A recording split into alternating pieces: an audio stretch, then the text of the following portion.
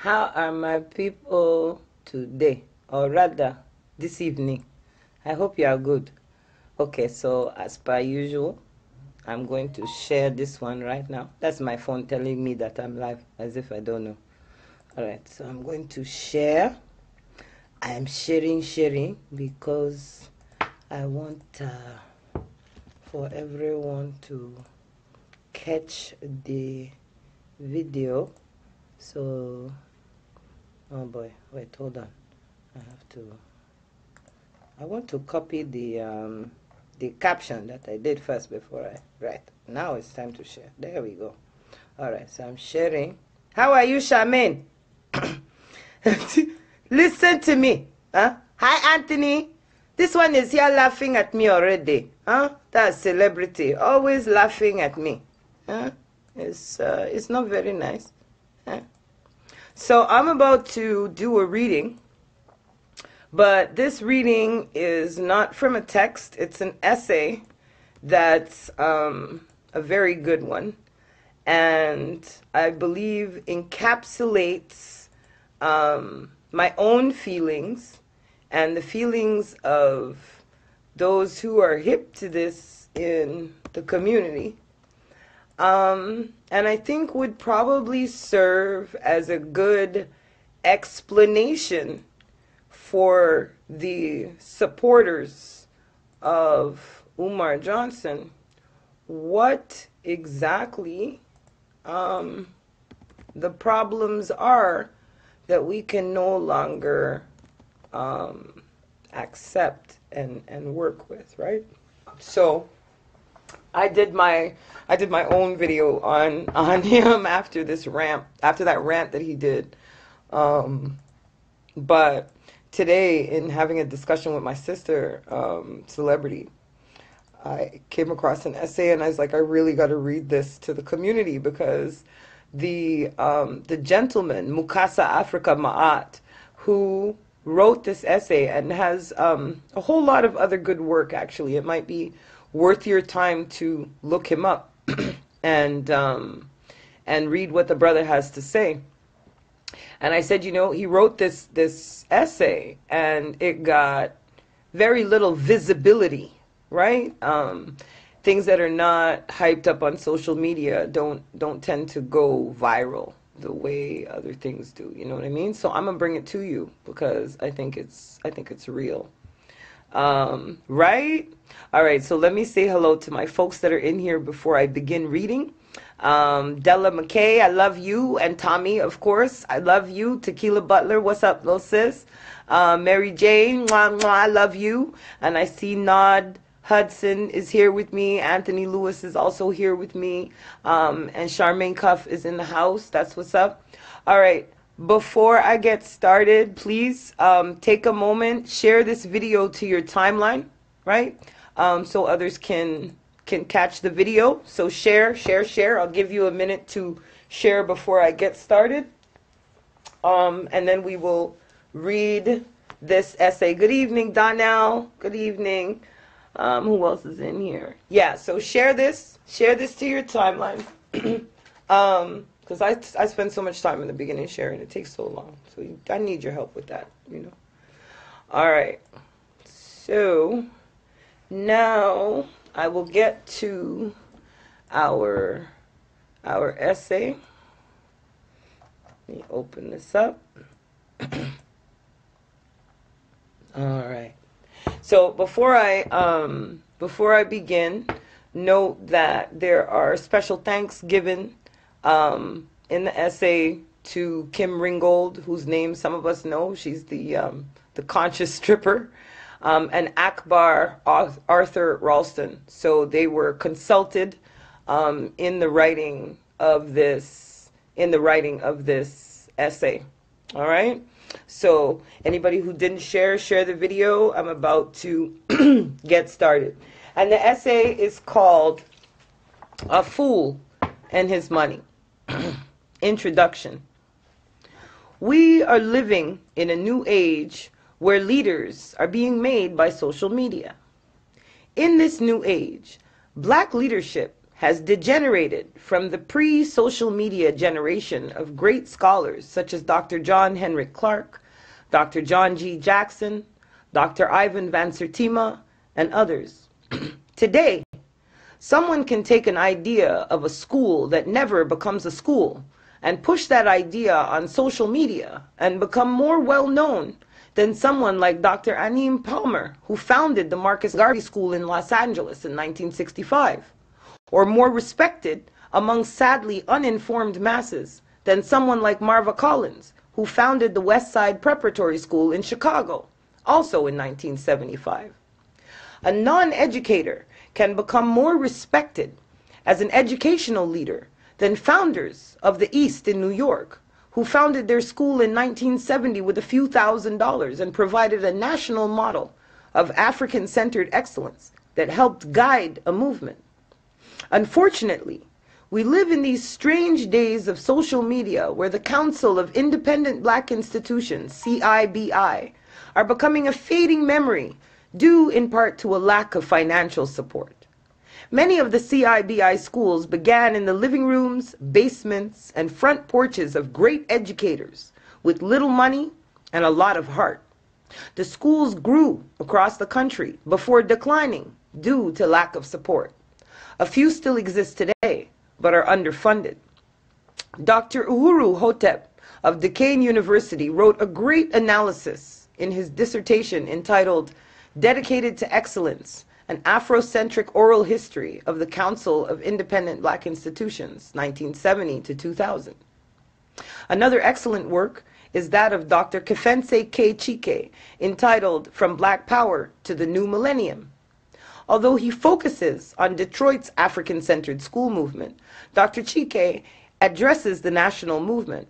Dr. Hotep and Dr. Chike are the great scholars you never heard of in the non-cerebral social media world. They document a great history of real and existing schools, many of which are closing due to funding. And they've been around for decades with some of the greatest educators and institution builders we've produced as a people. Meanwhile, while this is occurring, a charlatan calling himself the Prince of Pan-Africanism, with only an idea that he's pawning off, is given hundreds of thousands of dollars without any school, while he makes a mockery and often profane caricature of a movement to which he defames. Let us consider some facts and evidence about Dr. Umar Johnson. About Umar Johnson. Fact 1. Umar Johnson has become a professional fundraiser. He had a deadline of August 21st, 2014 to purchase St. Paul's College without a clear operational plan, staff, potential students, and other necessities for a school. The projected fundraising goal was $5 million. The goal was not achieved. What most fundraisers do is either go to a plan B of using the funds for another projected goal, extending the deadline, or returning the money at the option of donors. Umar chose to switch projects and expand the deadline. At least this is what he told supporters. He's mentioned purchasing other properties, but not with the urgency of his original project. Essentially, fundraising has become his means of income. Umar Johnson is not an employed professional or business owner. His means of income is fundraising. This is fraudulent behavior. Fundraising is not for personal income. It is for the fundraising goal.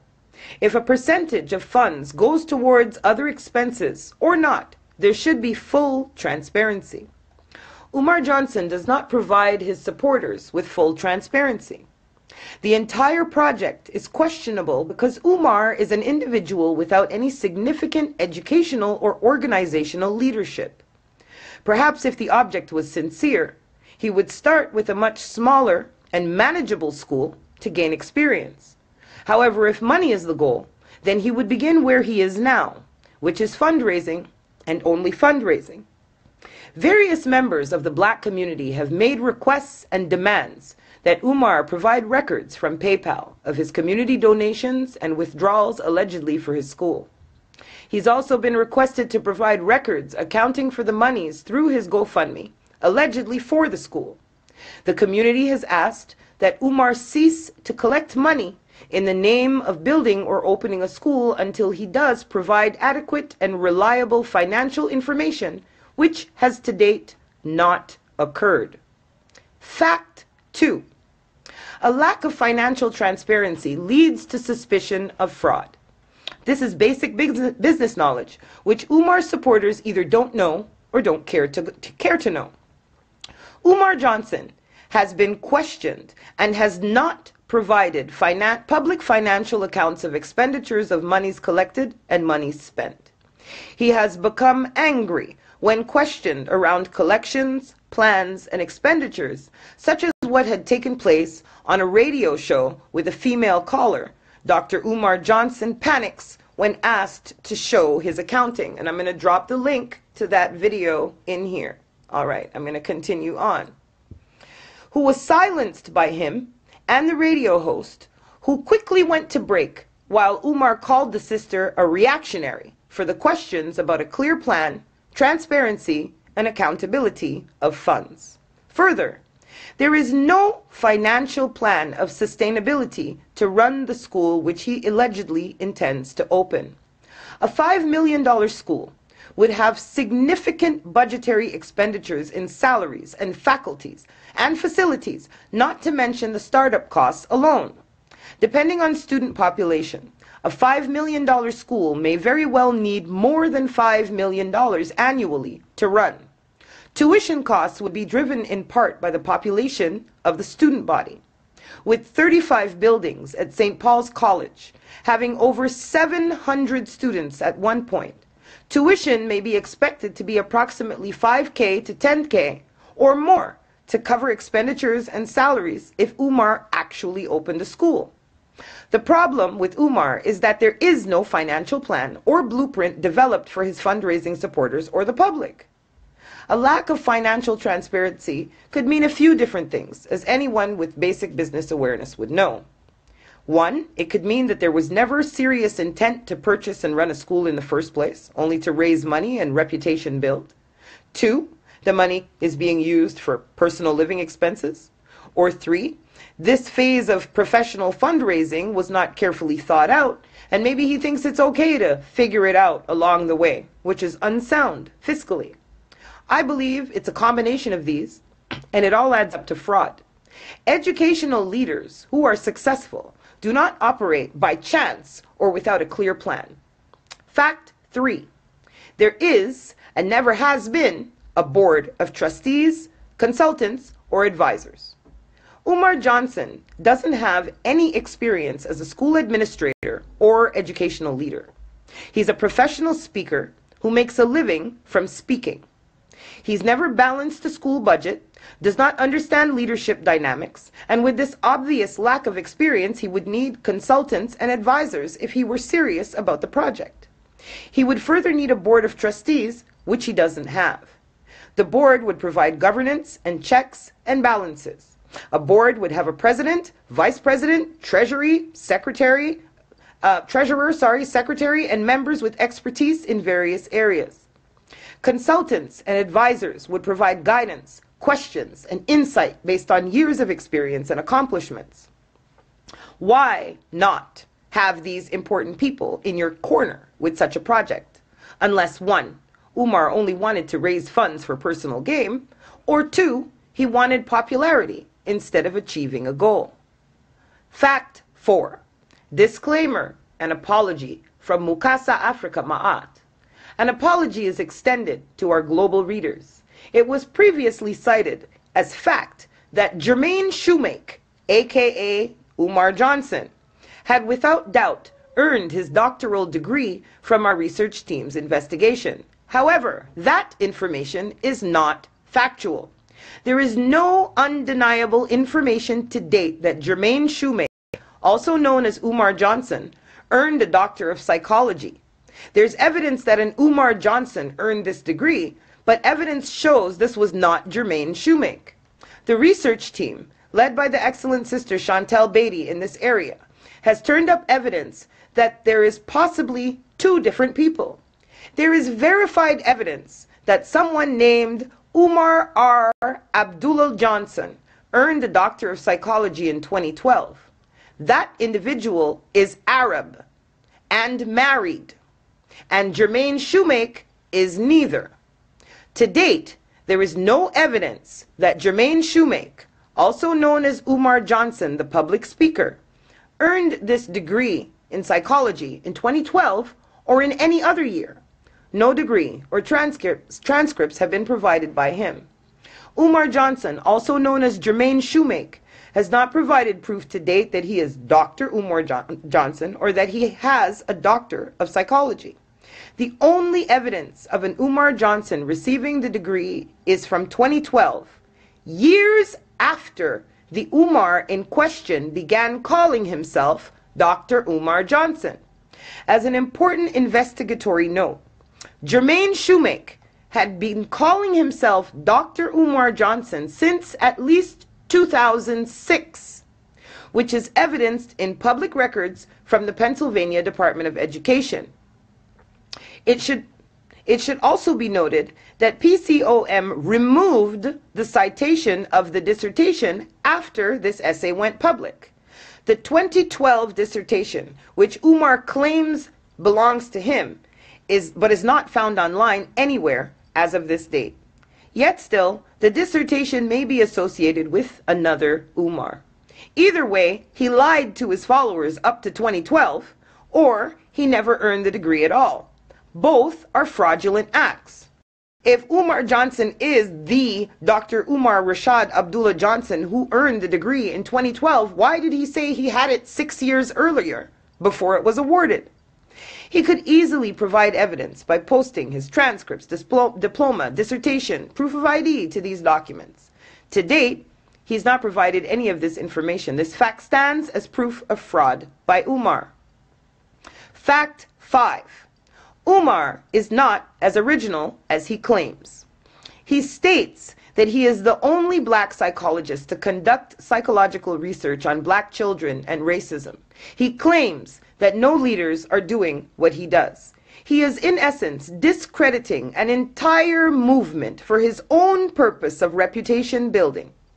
Umar states that he is a certified school psychologist and a certified school principal and has a private practice in Philadelphia, Pennsylvania, where he evaluates children for special education disability determination. He allegedly works with charter schools, public schools, superintendents, principals, special education attorneys, and advocate groups. He states this, although he was fired from speaking at a Philadelphia high school in 2016. I'm posting the link to the article about that. He's also been canned at universities and other events. Umar states that he has written the only book ever written by a black school psychologist.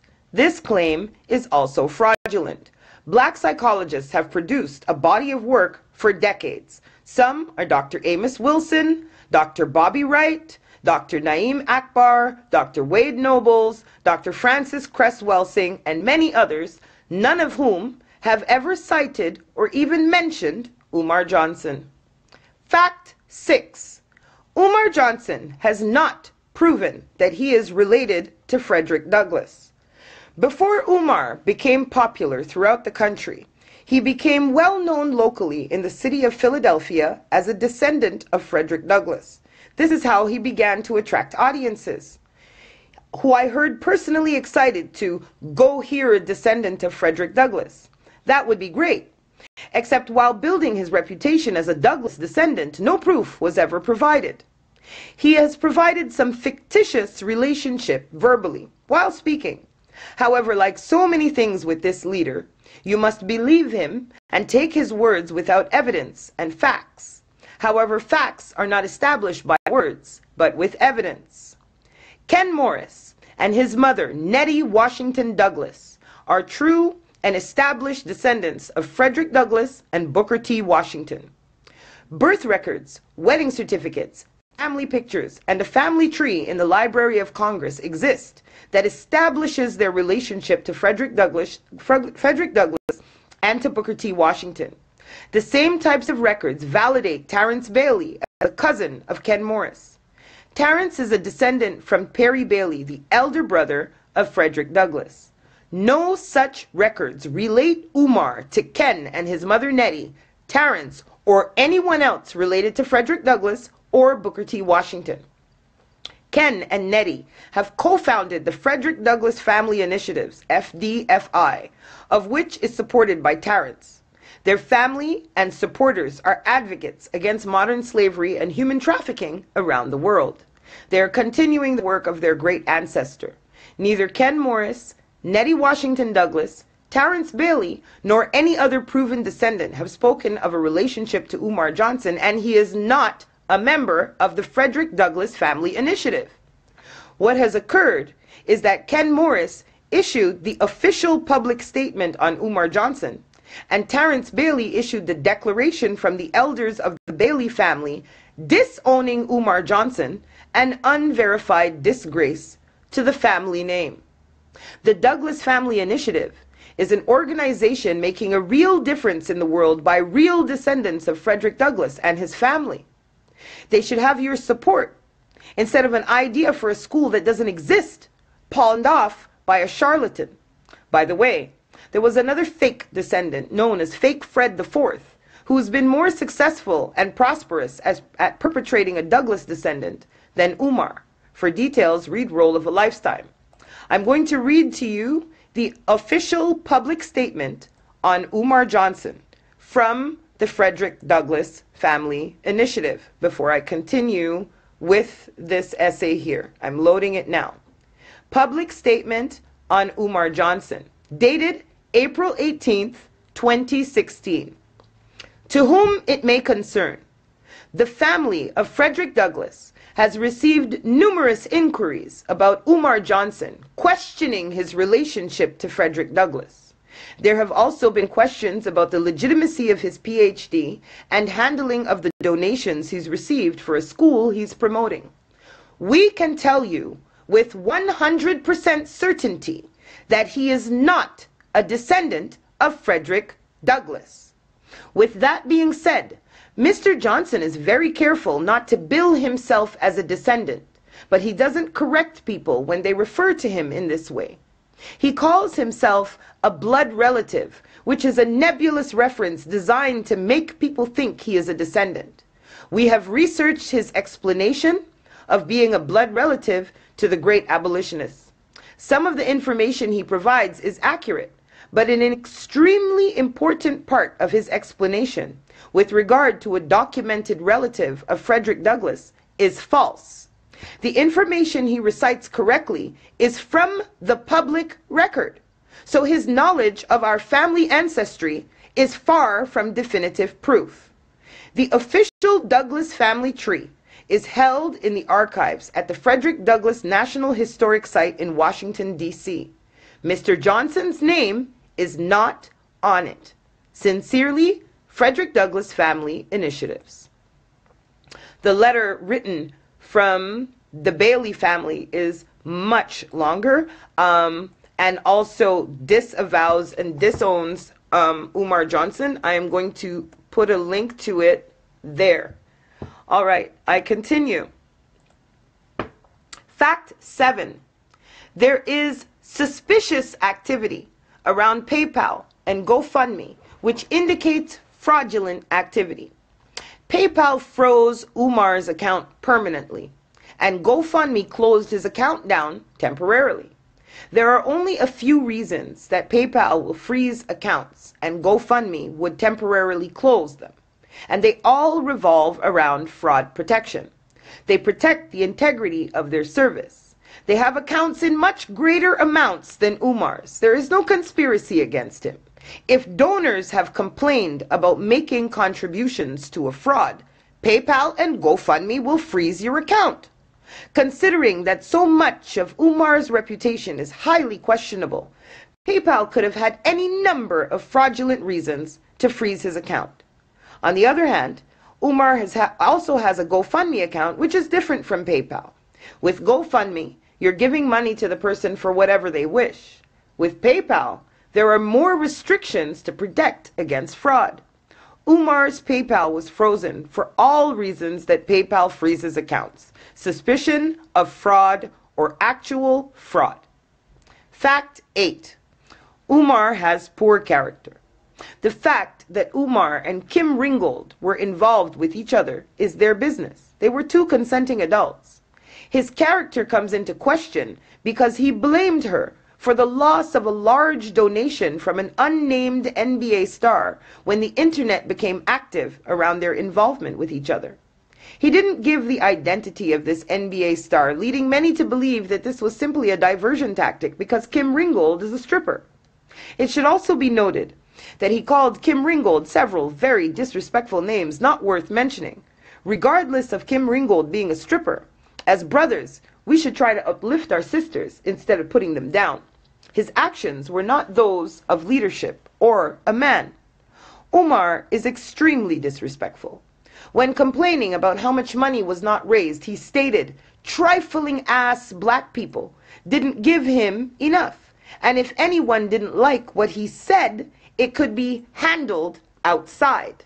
I'm including the link to that video as well.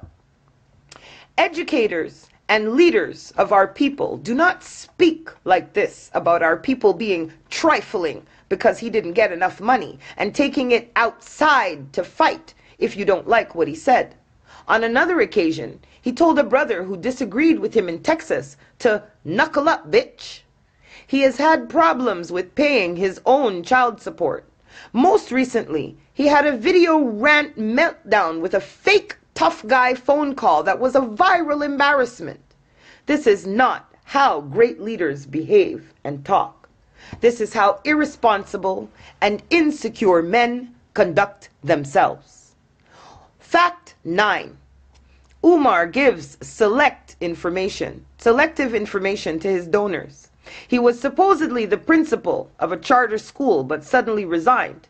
He didn't give the name of the school or why he resigned. Why?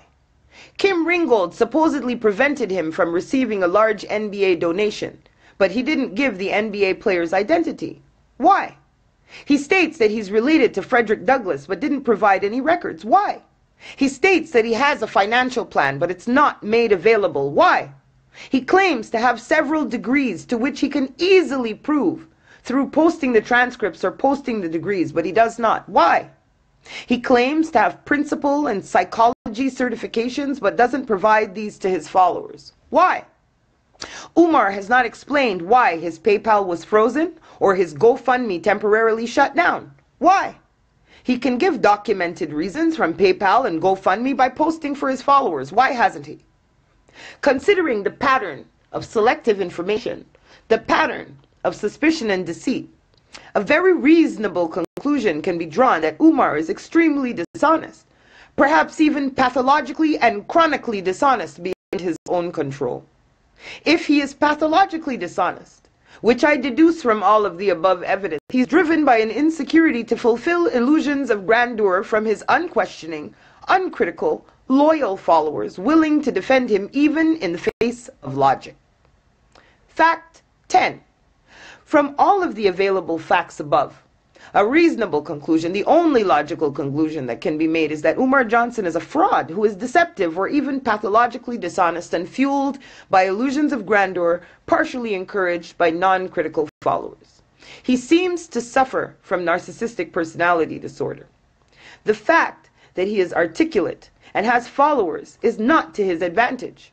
He wouldn't defraud people of money and possibly create legal problems for himself if he didn't have an audience. He is a professional fundraiser who has been able to raise money based on the desire of blacks to support an African-centered school. The cultural school movement is important for the black community. We need schools that teach the integrity, that teach identity to our children, the purpose of education, and the history of our people. Supporting a fraud campaign will only deter people and divert resources from meaningful causes, such as CIBI or other independent African-centered schools. With Umar, being taken with any depth of seriousness will make any and all cultural movements for blacks look comical. Conclusion. Umar has been able to platform himself into the national lecture circuit with false claims around his ancestry, fake credentials, and a fundraising mission that has failed. Umar's reputation will become a shadow in the near future. However, other fraudulent leaders, culture pimps, and religious shysters will continue to take advantage of people with good intentions, willing to support a righteous cause, but desperate for leadership.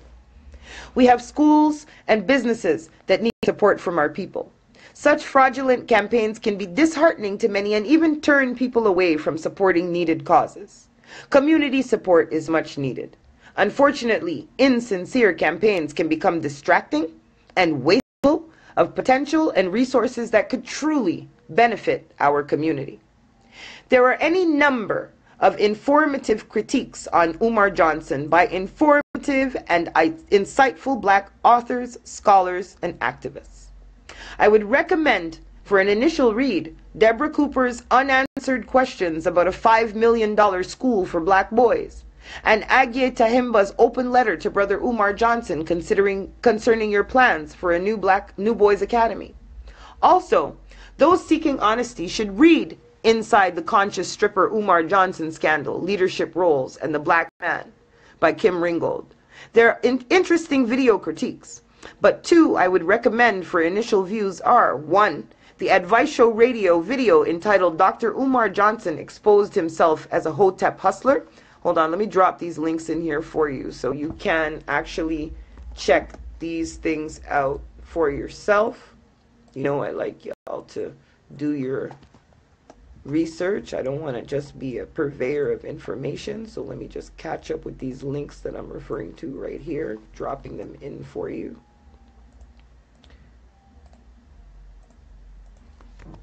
All right, good stuff.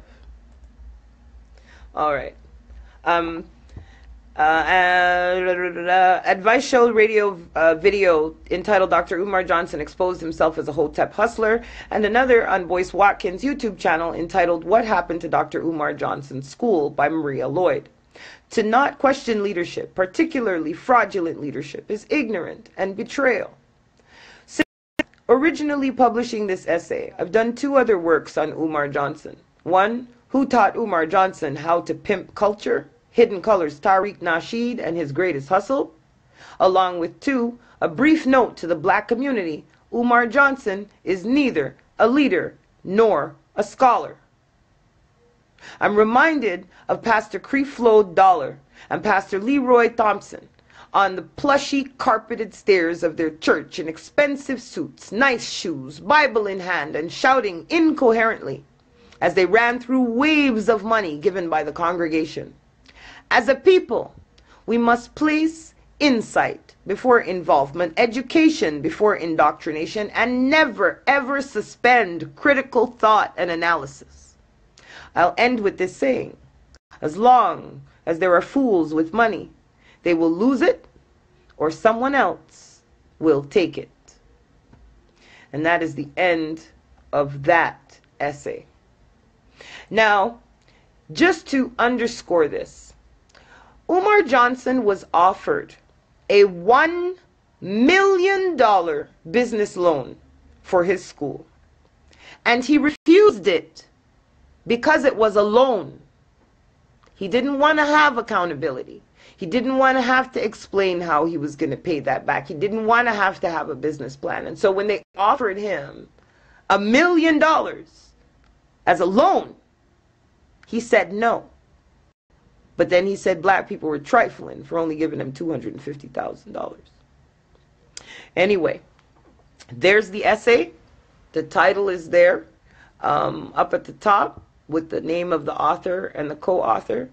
I'm not distancing from it, myself from it. I agree with it completely. It's important to have information, solid facts. I know a lot of people love Umar Johnson because Umar Johnson seems dedicated to the Black community. But the operative word there is seems. See? Seems. And so at some point, you got to ask yourself, as I'm always saying about everything, what are you doing? What are you doing? Let me pull it up for you. I don't want to call the wrong name. Give me a moment. Actually, I'll put it. I don't want to break the flow of the video, but I see your question, who offered the million. I will add the link in the comments.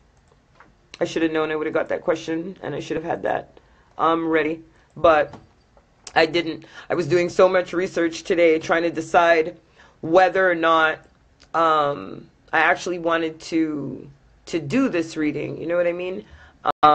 Because I don't simply want to bash, and so I've held back on saying anything about Umar Johnson for a while, because I wanted exactly this. I wanted to be able to present concrete, unemotional facts that speak specifically to what he said he was going to do versus what he's actually done, without any conjecture, without any rhetoric, without any... You understand what I'm saying? All right, I think I found your story here. Hold on, let me just make sure that this is it. There's so much information on this, and it's really, really sad that no one is really interested in checking it out, right? Like no one is really, they just accept what is said, and no, you understand what I'm saying? No checking, no verification, no need to, you understand what I'm saying? So here we go, found it. All right, so in answer to the question about the $1 million, who gave the $1 million? All right, here we go.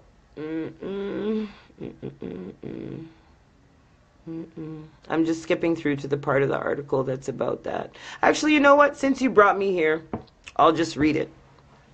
This is a shorter essay, and it's entitled, "A Brief Note to the Black Community. Umar Johnson is neither a leader nor a scholar." For me, this topic was already checkmate and case closed. I had dealt with Umar being a cultural pimp and a fraud decisively in 2 essays and had moved on.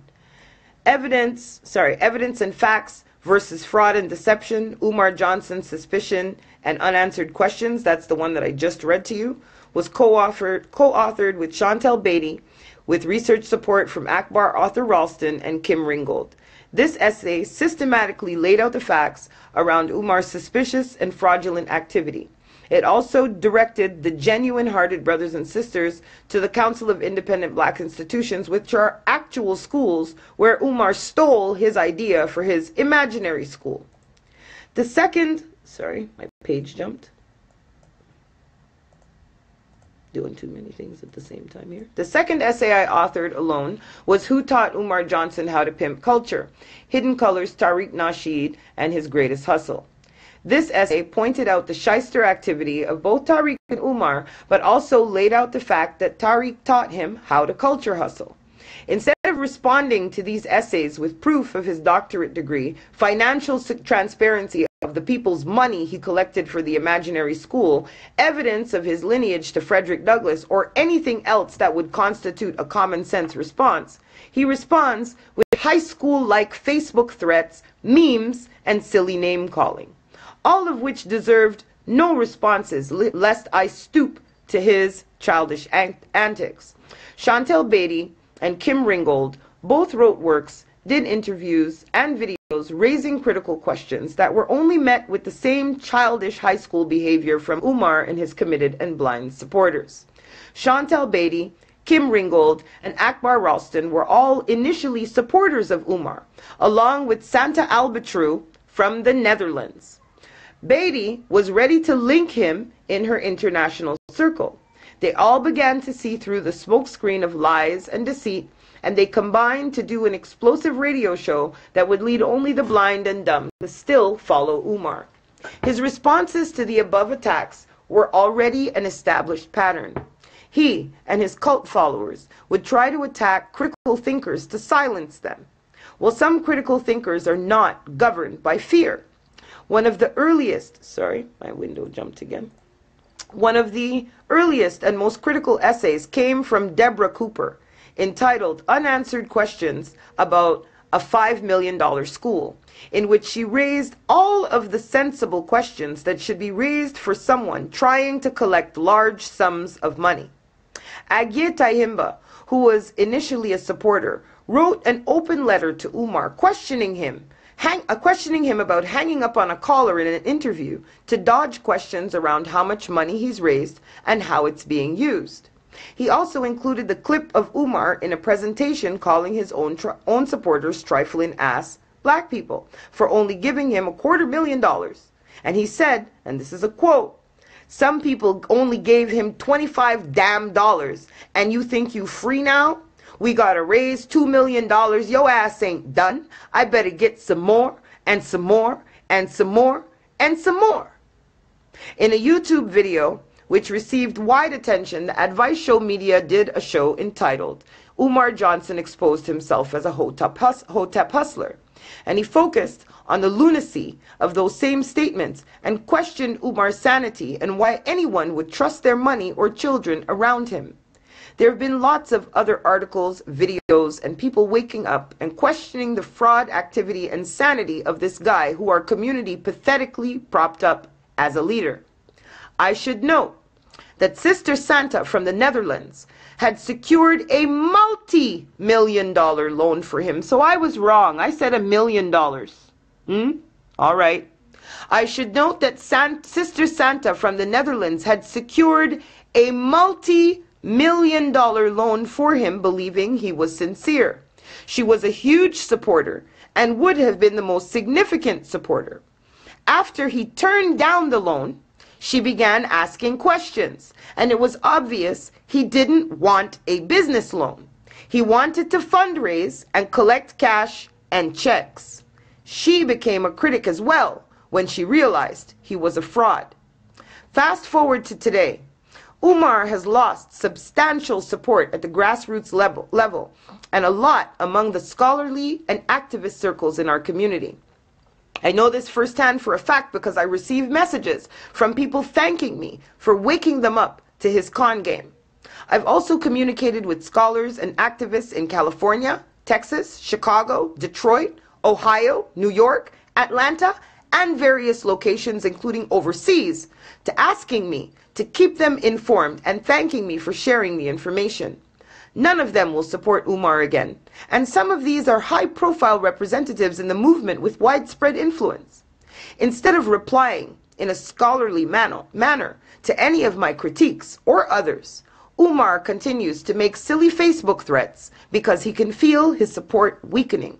However, what he doesn't realize is that he is showing people his true character all by himself. As a side note, I actually work in education as a chief administrative officer of an African-centered school, not an imaginary school. Also, I'm a black belt martial artist, highest level in Mat Sumu, and an instructor of instructors. I've taught over 1,000 students combat skills, hand-to-hand, close quarters, and weapons. Not only would I be childish to stoop to Umar's pathetic Facebook threats, it would be irresponsible also to the thousands of students I've educated in schools my entire life, not imaginary schools. It would be reckless, as well as a martial artist, to threaten him on social media. Because if I had to neutralize any perp on the street, I'd have to call law enforcement immediately afterwards so that I could be cleared without legal problems. He believes that he's threatening an average man. Okay, I pray that he does not have to find out otherwise. To bring this brief note to a close, our community must always be alert for shysters, pimps, and charlatans who pose as messiahs, saviors, and princes. I don't have time to chop them all down, but I've made firewood of many. There are other even more important issues which I focus on more so than culture pimps. Some of my latest very important work is located in the Second Civil Rights Movement WordPress, and there's an address here, which provides global, national, state, and local perspective on how the education civil rights are violated for millions of poor Black, Latino, and urban children. Umar is not my intellectual or scholarly peer. Only his supporters, who watch videos for research and do not read, would think so. In 1996, Umar Abdullah wrote an article entitled Women in Islam, where he praised Islam and the Quran. He doesn't even mention the word black or African. He mentioned nothing about Pan-Africanism, black power, or our culture. It was all about Islam for Umar Abdullah Johnson.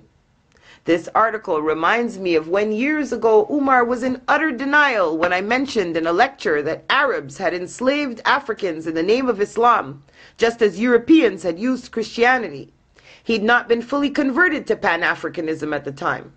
My self-published book around that time was The Redemption of African Spirituality, an African-centered historical critique of Judaism, Christianity, and Islam, 2002.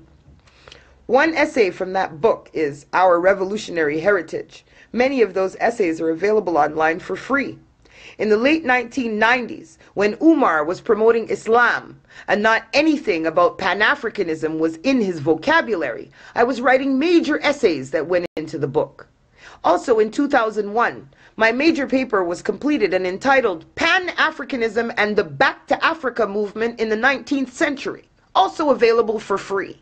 I've done significant and extensive work on the subject of Pan-Africanism, such as Bleeding for Unity, Pan-Africanism in Africa, and Events in Congo History, from 2005, which has sections available online, as well as the chapter entitled Diamonds, Oil, Race, Religion, and African Wars. This is not a promo of myself. My blogs receive thousands of hits from a global readership I've built over the years. I'm only clarifying the fact that Umar, who is a professional fundraiser, is not my scholarly peer. He has no works of any sort, of this sort, although he is supposedly the prince of Pan-Africanism. He might have converted to Pan-Africanism with some of my essays while he was still pushing Islam. The least he can do is be thankful. The most he can do is consider my writings on his hustle and stop scamming our people for his imaginary school. He is neither a leader nor a scholar, and only fools would follow him after they've found out the truth. If these fools wish to follow him still, he deserves all of their money that he can get out of them. Musaka, Afrika, Ma'at. So I hope that answers your question. All right? So there is the information, the A to Z on, or rather the synopsis of the A to Z. I spent a lot of time reading on the thing, and this was the best compilation of information that would permit me to tell you everything in a short space in an easy way. So thank you to Mukasa, Afrika Ma'at, and Chantell Beaty for that, right? They use their language, right? So, Pan-Africanism, reconnecting with Africa, and getting closer to Africa. That's what Pan-Africanism is, right? It's a global political African position, seeing blacks as unified politically around the world. Is that what Umar Johnson is promoting?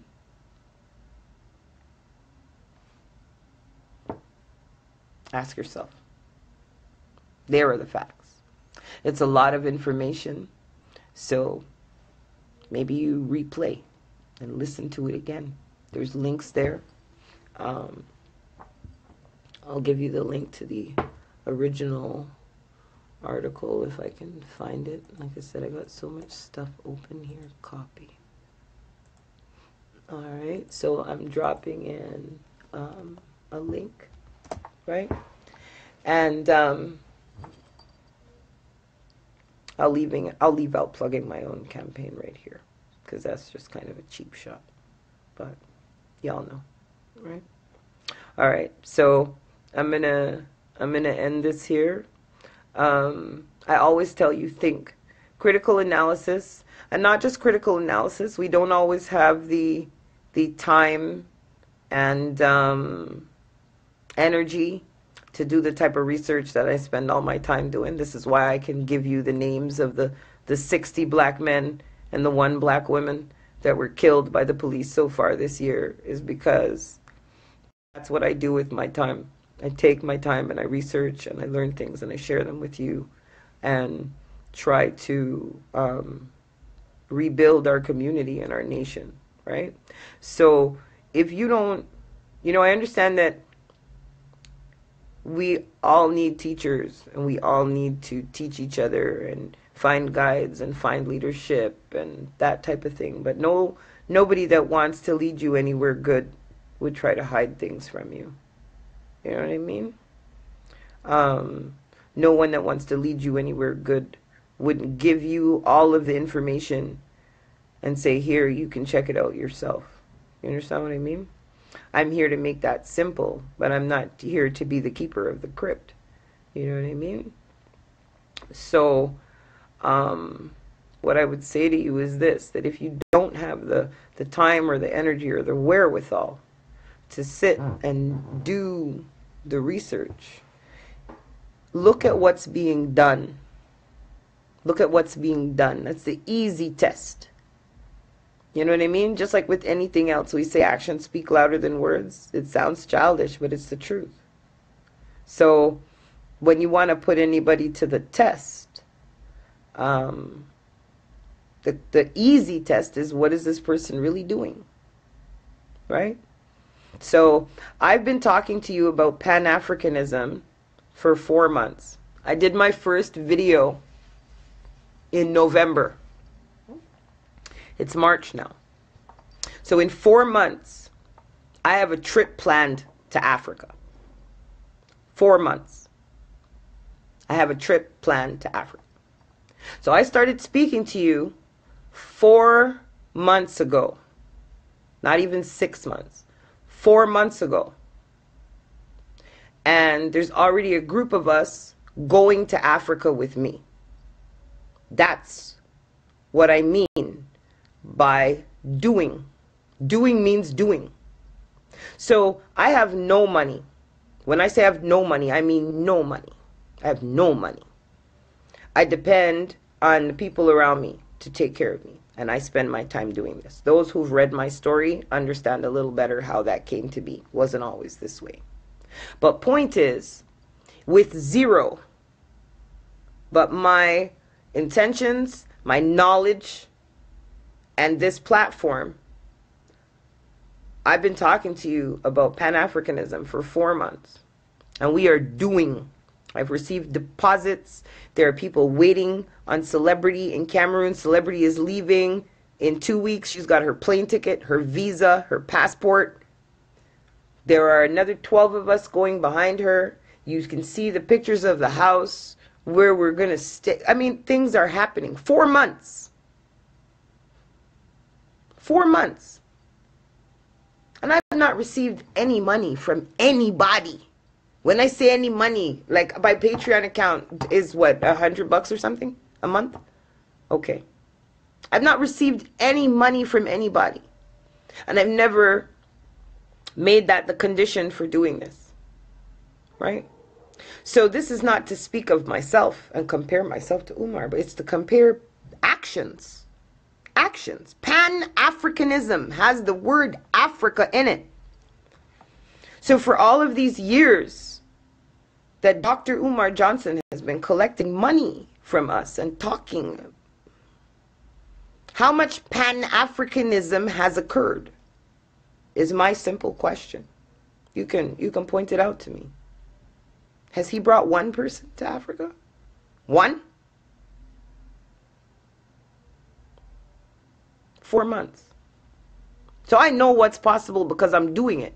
I can't imagine what I could do with $200,000. Jesus. Anyway, I can't imagine what I could do with $200,000, $500,000.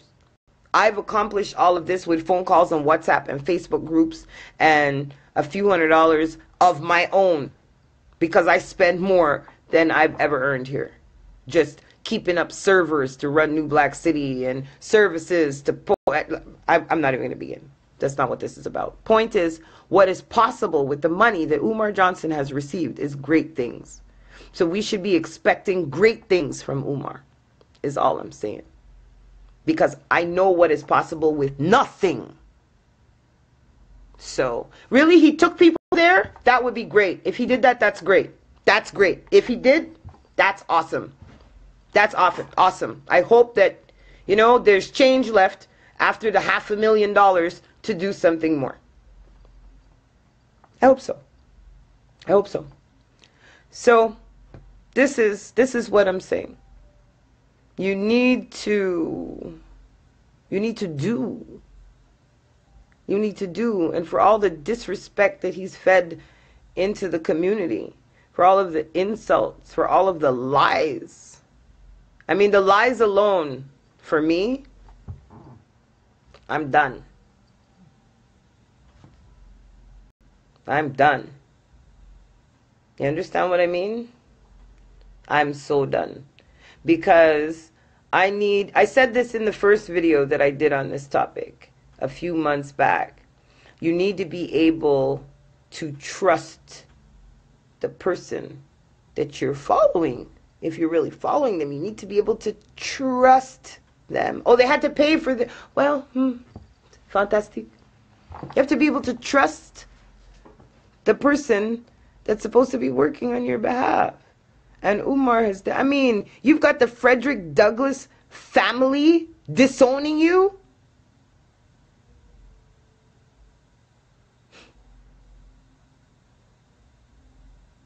Yeah.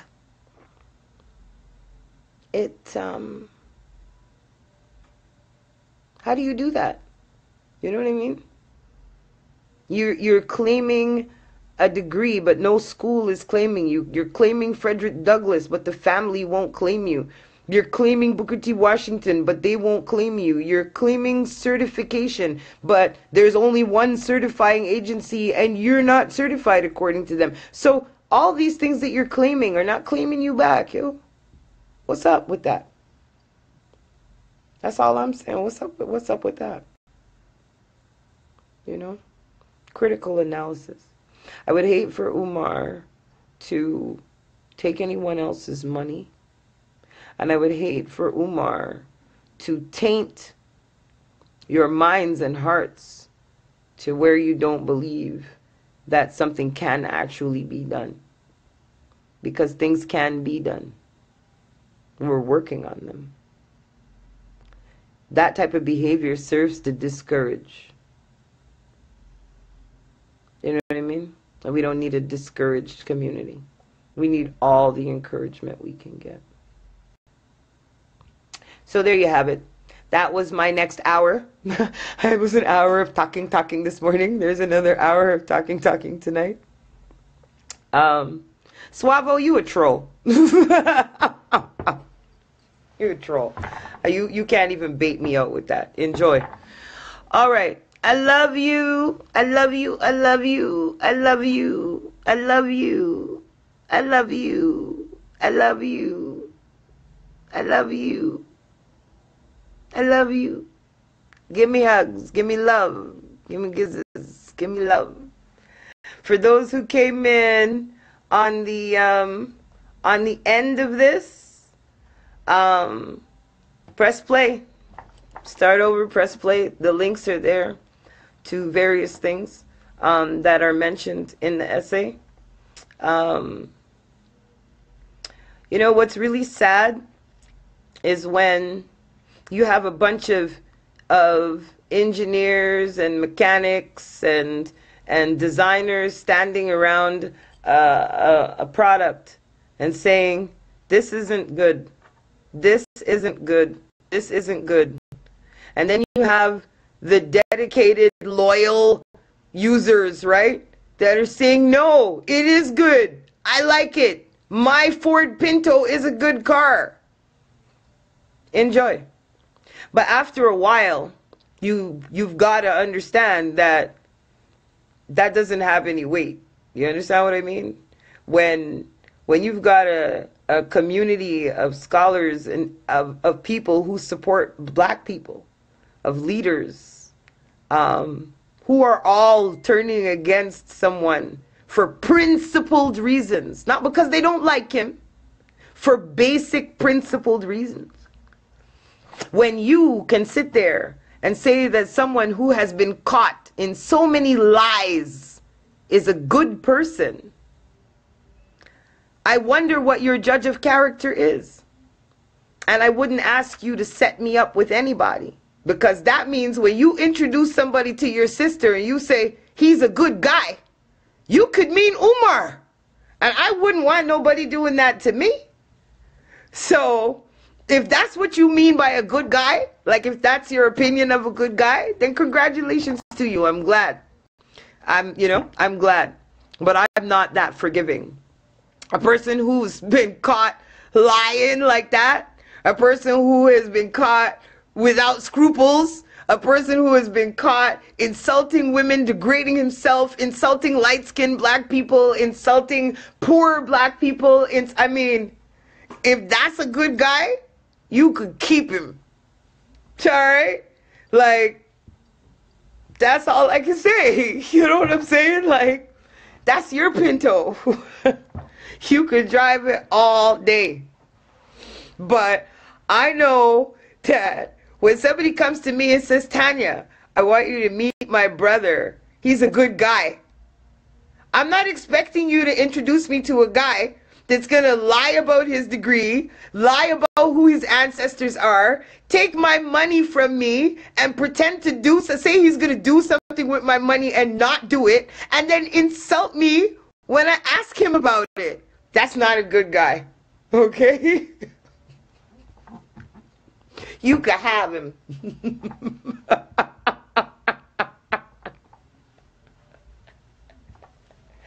Alright?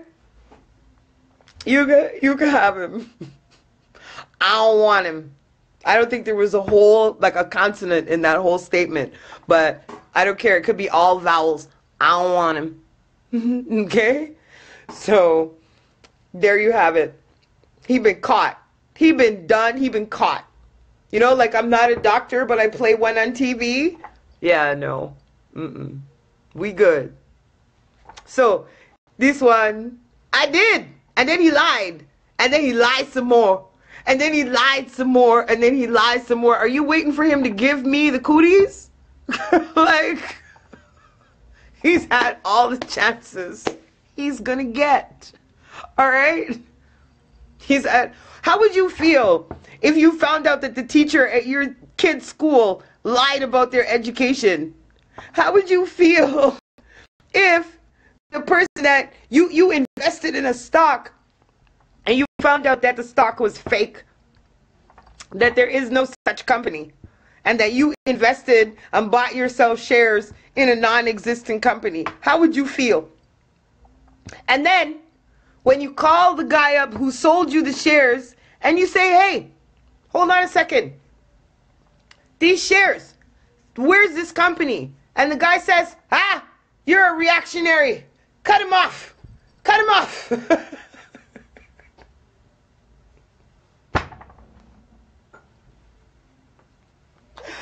I don't know what to say. So anyhow, I think that at this point, it's a little hard to take the brother seriously, yo.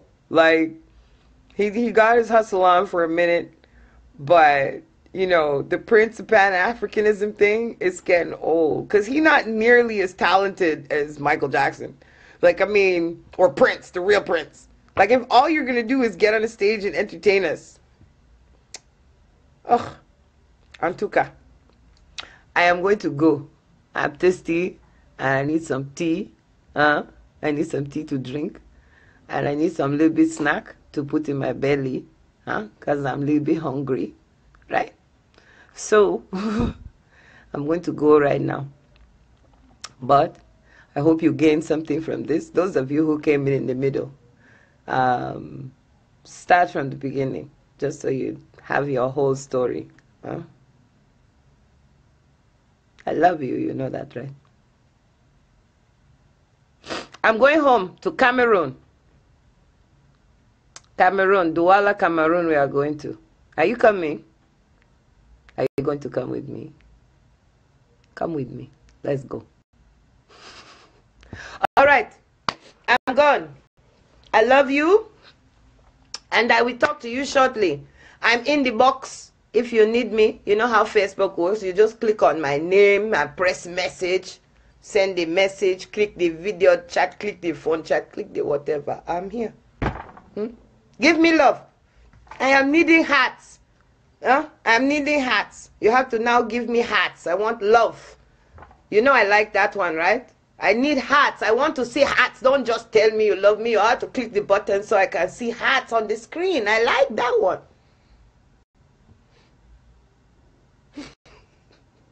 I want to see her.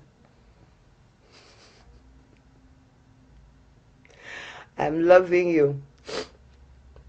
I'm loving you. You bring me life. All right. Thank you. Thank you, Swabo. You're not a troll. I take it back. I thought you were losing your mind. That's all. I realized you're just right now. You're just all right. Talk to y'all soon. Much love. Bye.